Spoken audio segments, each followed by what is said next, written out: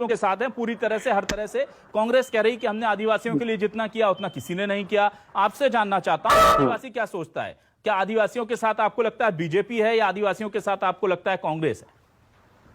देखिए, काफी लंबे समय से हम लोगों ने कांग्रेस का साथ, आदिवासियों ने कांग्रेस का साथ जरूर दिया था, लेकिन आज की स्थिति में यह है, नहीं, जय तो कांग्रेस। रजनीश जी आपका ये सवाल मैं सीधे लेता हूं।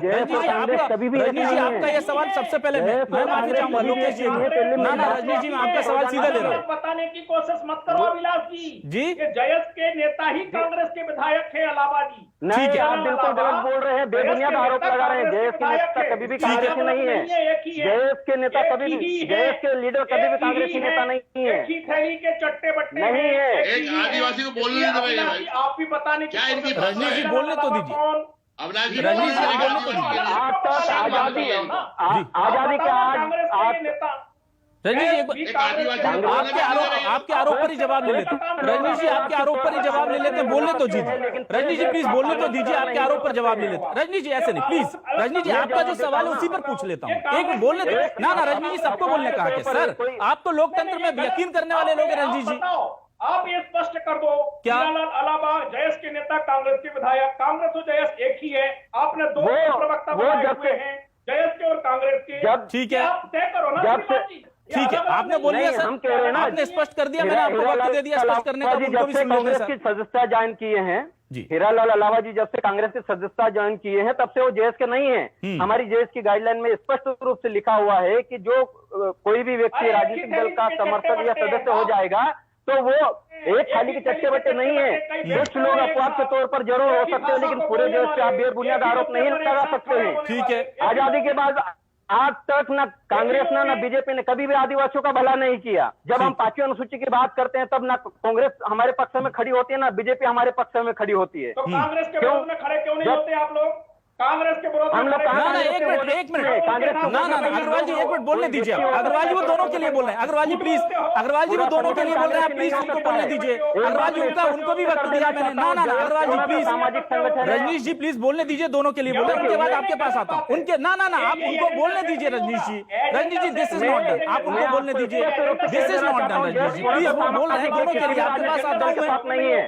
जय संवैधानिक अधिकारियों अरे वो दोनों के लिए बोल रहे हैं सर, आप सुनिए तो दोनों के लिए बोल रहे हैं। वो अलग अलग मुंह से करने वाले, ऐसा थोड़ी चलेगा। वो दोनों के लिए बोल रहे हैं सर, अलग अलग मुंह से एक ही आदमी कैसे हो सकता है जब वो कांग्रेस के खिलाफ बोल रहे हैं तो एक साथ खड़े होने वो कांग्रेस के खिलाफ बोल रहे हैं। रजनीश जी आप इसको मिसगाइड मत कीजिए प्लीज, मिसगाइड मत कीजिए सर। वो कांग्रेस के खिलाफ बोल रहे हैं। ना आप ऐसे मेरे दर्शकों को आप भड़काइए मत प्लीज। एक मिनट मैं आपके पास आ रहा हूं, उनको भी बोलने दीजिए सर, वो भी मेहमान है सम्मानित। बोलिए सर। जी, आज कांग्रेस ने बड़वानी में आदिवासी अधिकार समागम यात्रा निकाली। क्या आजादी के बाद आज जाके उनको आदिवासियों की याद आई? और बीजेपी जो कहती है आदिवासी हितैषी, कहाँ आदिवासी हितैषी है? जब 5वीं अनुसूची की बात आती है, जब 5वीं अनुसूची का हम अनुपालन की बात करते हैं, धरातल पे लागू करने की बात करते हैं, तब दोनों ही पार्टियां नकार जाती है। जब वोट की राजनीति करनी होती है, दोनों ही पार्टियां आदिवासी हितैषी बन जाती है। कांग्रेस में कुछ अपवाद के तौर पर कुछ लोग हो सकते हैं जो कांग्रेस की सदस्यता ले लिए हो, लेकिन वो जयस से ताल्लुक नहीं रखते हैं। ये हमारी गाइडलाइन में स्पष्ट रूप से लिखा है कि जो भी व्यक्ति राजनीतिक मेरा सीधा सवाल है, सदस्य होगा वो जयस से पूर्णतः समाप्त हो जाएगी उसकी सदस्यता। तो हीरालाल अलावा जी या कोई और भी व्यक्ति जो कांग्रेस की सदस्यता ले चुके हैं वो जयस के नहीं है। ये स्पष्ट रूप से कह देना चाहता हूं। जयस पूर्णतः सामाजिक संगठन है और समाज के हक अधिकारों के लिए बात करता है। और दोनों ही पार्टियों ने आज तक हमारे समाज के लोगों को बेवकूफ बनाए हैं। जब वोट की राजनीति करनी होती है तब तक वो आदिवासियों के पास आ जाते हैं। आपको हम एक चीज स्पष्ट कह देते हैं, हम कह रहे हैं 5वीं अनुसूची को धरातल पर लागू करवा दीजिए, उसमें समस्या कहां आ रही है? ठीक है, जब हम कह रहे हैं कि आदिवासियों के पूर्ण की व्यवस्था संविधान में लिखी गई है, तो संविधान। रजनीश जी ये मांग आपने सुनी, बीजेपी का इस मांग को लेकर क्या स्टैंड है रजनीश जी, 5वीं अनुसूची को लेकर? ये उनसे पूछो जिन्होंने वादा किया था, और उनसे कहो जिन्होंने गलबैया करते हैं, जो जयस के आपने दोनों को अलग अलग बताने का काम कर रहे हो। दोनों एक से कांग्रेस से पूछो 15 महीने में क्या किया। मैं उनसे भी पूछूंगा सर, पहले उनसे ठीक है अग्रवाल जी, पहले उनसे पूछ लेता हूं अग्रवाल जी। ठीक है धनोपिया जी आप क्या बता दीजिए, इसके बाद अग्रवाल जी बताएंगे। आदिवासी नहीं, ये आदिवासी अब जान चुका है, समझ चुका है दोनों को किस प्रकार की चालें चलते हैं, किस प्रकार के नारे गढ़ने का काम करते हैं और फिर राजनीतिक तौर पर गलबैया करते हैं। और फिर आप और हम बताने अलग समझे कि अलग है, बिल्कुल अलग नहीं है। एक एक ही स्टैंड इन लोगों का होता है और ठीक। आदिवासियों के कंधे पर बंदूक रख के राजनीतिक हित साधने का दोनों काम करते हैं। ठीक है, जेपी धनोपिया जी आप क्या कह रहे हैं? 5वीं अनुसूची को लेकर कांग्रेस ने वादा किया था, क्यों पूरा नहीं हुआ? कांग्रेस पार्टी ने हमेशा समर्थन दिया है, हमने हमेशा उस बात को आगे बढ़ाया है, लेकिन मैं आपको बताना चाहता हूँ भाजपा के मित्र को क्या हो गया है। करोड़ों दर्शकों के सामने बेइज्जती कर रहे हैं आदिवासी व्यक्ति की। ये इनका आदिवासी प्रेम है, ये आदिवासियों का सम्मान है इनका। ना सर, आप मेरे सवाल पर आइए सर। धनोपिया जी प्लीज मेरे सवाल पर आइए। धनोपिया जी प्लीज, धनोपिया जी प्लीज,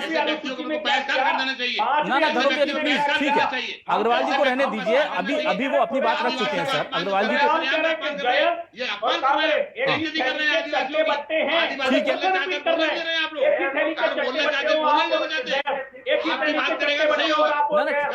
ठीक है। धनोपिया जी आप पहले ये बताइए 5वीं अनुसूची को लेकर के क्या कहना है कांग्रेस का सर?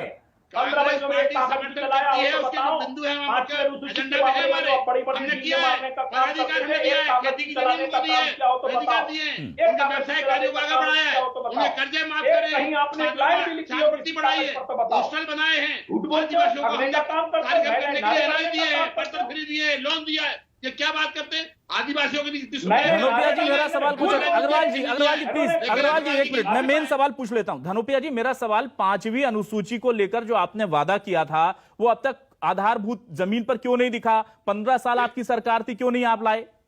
15 साल का थी, 15 साल थी भाई, 15 महीने की बात कर रहा हूं, माफ कीजिएगा, 15 महीने, ठीक है, 15 महीने में ला सकते थे ना सर? एक योजना एक मिनट अग्रवाल जी, एक बार उनका जवाब तो सुन ले। अग्रवाल जी एक बार उनका जवाब, अग्रवाल जी उनका जवाब सुन लेने दीजिए। अग्रवाल जी उनका जवाब सुन लेने दीजिए।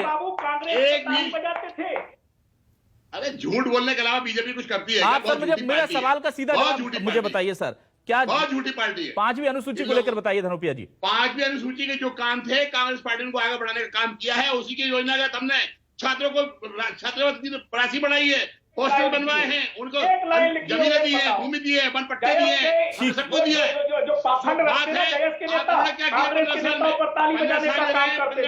ये भी पाखंड रखने का काम करते हैं, ठगने का काम करते हो। भ्रष्टाचार में डूबे हुए लोगों, आदिवासियों को बोलने तक नहीं देते हो आप लोग। सत्ता से बाहर हो गए, भ्रष्टाचार कैसे लूट लेते थे, ठीक है, लूट लेते थे कांग्रेस के लोग। आदिवासी लोकेश जी मैं आपसे जानना चाहता हूँ 3 बिंदु अंतिम में एक बस 10 सेकंड के लिए लोकेश जी 3 मांगे आदिवासियों की सबसे प्रमुख मांगे जो है वो आप मुझे मेरे दर्शकों के सामने रख सकते हैं, तो 10 सेकंड 15 सेकंड में रख दें प्लीज लोकेश जी। नहीं, पहले तो ये बताएं कांग्रेस के साथ में 15 महीने क्यों करते थे? 15 महीने में एक बार भी विधानसभा में चर्चा बिना राज्यपाल को कोई मिलने गया। बजट होता है और कांग्रेस के साथ में लगाया जाना चाहिए, ना तो बीजेपी गवर्नमेंट लगाती है, ना ही कांग्रेस गवर्नमेंट लगाती है। उसको क्षेत्र विकास में लगाकर अलग अलग विभागों में उस पैसे को बांट दिया जाता है।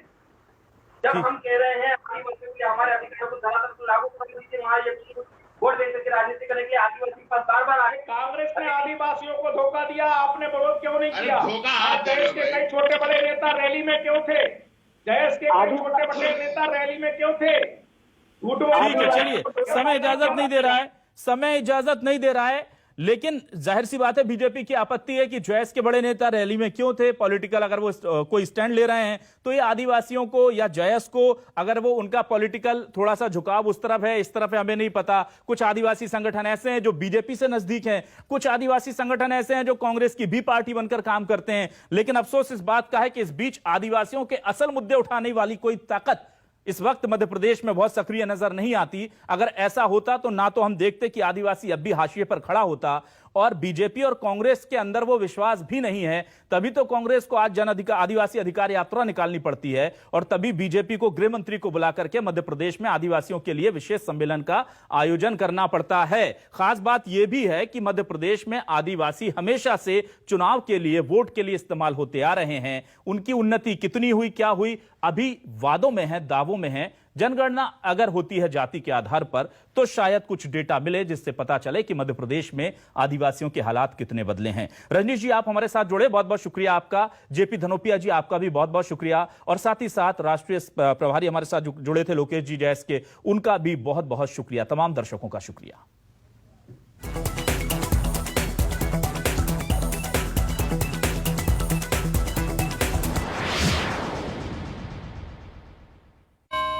रामलाल छोले